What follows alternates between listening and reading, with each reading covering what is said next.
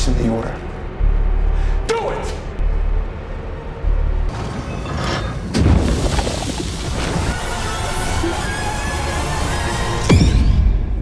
Tonight, we're diving into the mind of the most dangerous human in Welcome to Derry. Not Pennywise, not the creatures in the sewers, not the Deadlights. I'm talking about General Shaw, the man who didn't just find one of the pillars holding Pennywise down, he burned it on purpose. And in episode 7, everything we thought we knew about the military, Operation Precept, and the threat from Russia was exposed as a lie because Shaw never wanted to protect America. He wanted to terrify it. This is the full story of why he burned the pillar, what he hoped would happen next, and the shocking theory many fans are whispering right now. Was General Shaw infected by the Deadlights long before we ever saw it on screen? Settle in, because this time, the real monster might not be wearing clown paint. To understand Shaw, we need to rewind the clock, back before the Black Spot Massacre, before the incinerator room, before Pennywise opened his eyes in the dark. Shaw has always been an unusual presence in Welcome to Derry. He's calm when others panic, he's composed while others melt down, and when the town is drowning in fear, he barely flinches. But episode 7 finally reveals why. Shaw doesn't just accept that fear exists. He believes fear is useful, not something to fight, something to control, something to weaponize. The military claims they're searching for cosmic threats, Russian experiments, Cold War monsters. But Shaw isn't scared of Russia. Shaw is scared of America, because in his mind, America is on the edge of collapse, and the only thing that can hold it together is terror. Not metaphorical terror, literal, screaming, supernatural terror. When Dick Halloran and Rose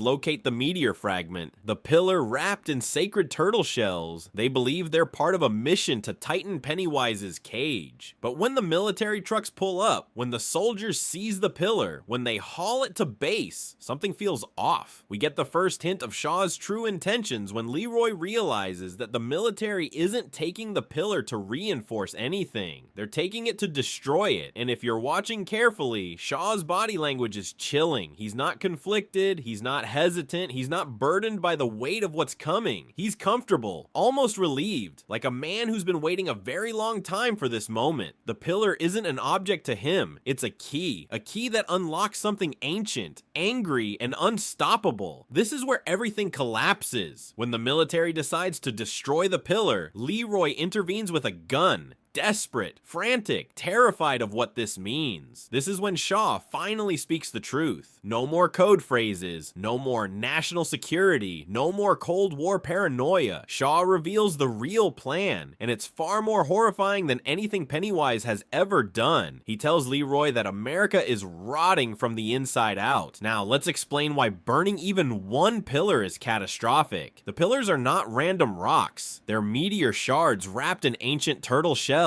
placed by the Shokopiwa to stabilize the land and contain the entity we know as Pennywise. These pillars work like anchors. They keep it dormant, they slow its return, they resist the cosmic pull of the Deadlights. When the black spot burns, the augury to Pennywise goes back into hibernation. The pillars help hold that sleep for nearly 3 decades, but once a pillar burns, the lock shatters, the cage weakens, the entity stirs, and that's exactly what happens.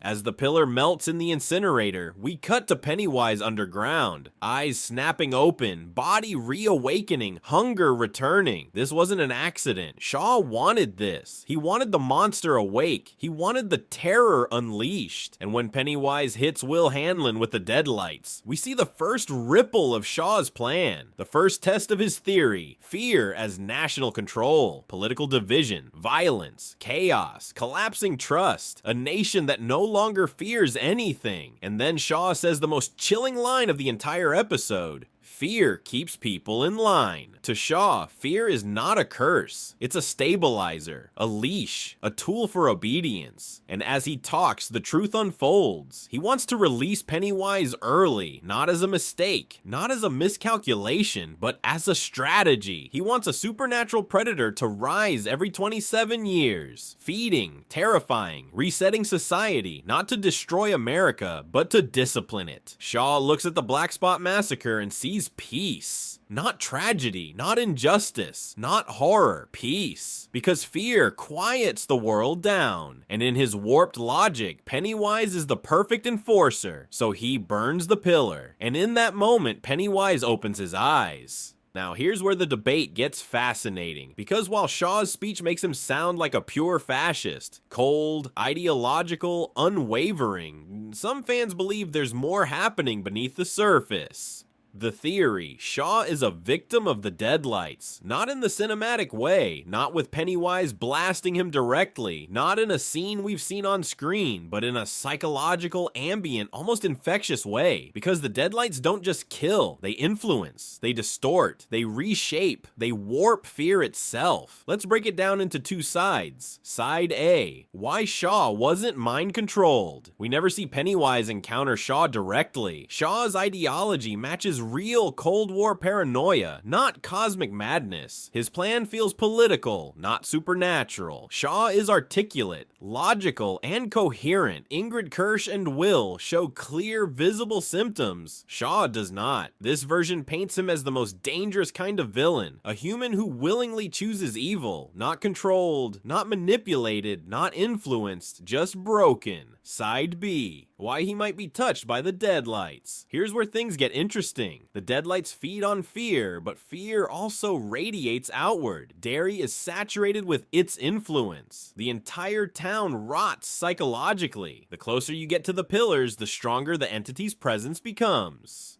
Operation Precept gets obsessed with controlling it, like an addiction. Shaw talks about fear the way Pennywise uses fear. This version suggests that Shaw doesn't need to be blasted by the beam. Derry does the work for him. It infects the culture, the military, his worldview. Fear becomes religion, terror becomes logic. So whether or not Shaw ever saw the Deadlights, his mind is already acting like it did. What makes Shaw terrifying isn't that he's powerful, it's that he's rational. He isn't ranting, he isn't foaming at the mouth, he isn't collapsing under cosmic weight. He's calm, calculated, convincing. He speaks like a man who has run the numbers, weighed the ethics, and decided that the lives of children and the freedom of a monster are acceptable losses. It's the same logic that fueled mob lynchings, racist violence, the Black Spot fire itself, government cover-ups, and Derry's century-long cycle of looking away. In this way, Shaw becomes the perfect symbol. Pennywise represents fear. Shaw represents what humans do with it. One feeds, the other weaponizes, one hunts, the other rationalizes, and together they create a nightmare that's far bigger than a clown. So what does all of this mean for the next episode? And for the future of Welcome to Derry? A few possibilities. Number 1, more pillars are going to fall. Shaw burned one, but he may have already prepared the destruction of the others. Number 2, Pennywise is awake early. The cycle is broken. Pennywise isn't supposed to rise yet. That means this feeding may be more chaotic and more powerful. Number 3, the Deadlights have already chosen their next victim. Will Hanlon, still trapped in that glowing beam, may become the emotional core of the finale. Number 4, Shaw's plan may succeed, even if Shaw himself dies. Fear spreads like wildfire, and once Pennywise is loose, the world changes. Number 5, the finale may reveal that the true villain of Derry was never Pennywise. It was the people who chose fear over compassion, control over community, terror over truth, and Shaw stands at the center of that revelation, a man who looked at a monster and saw not a threat, but an opportunity. So here's the question I want to ask you. Is General Shaw just a cold-blooded fascist, or did the Deadlights twist him long before Pennywise ever opened his eyes? Let me know your theory in the comments, because this episode changed everything, and trust me, the finale, it's going to hit harder than any Deadlight beam.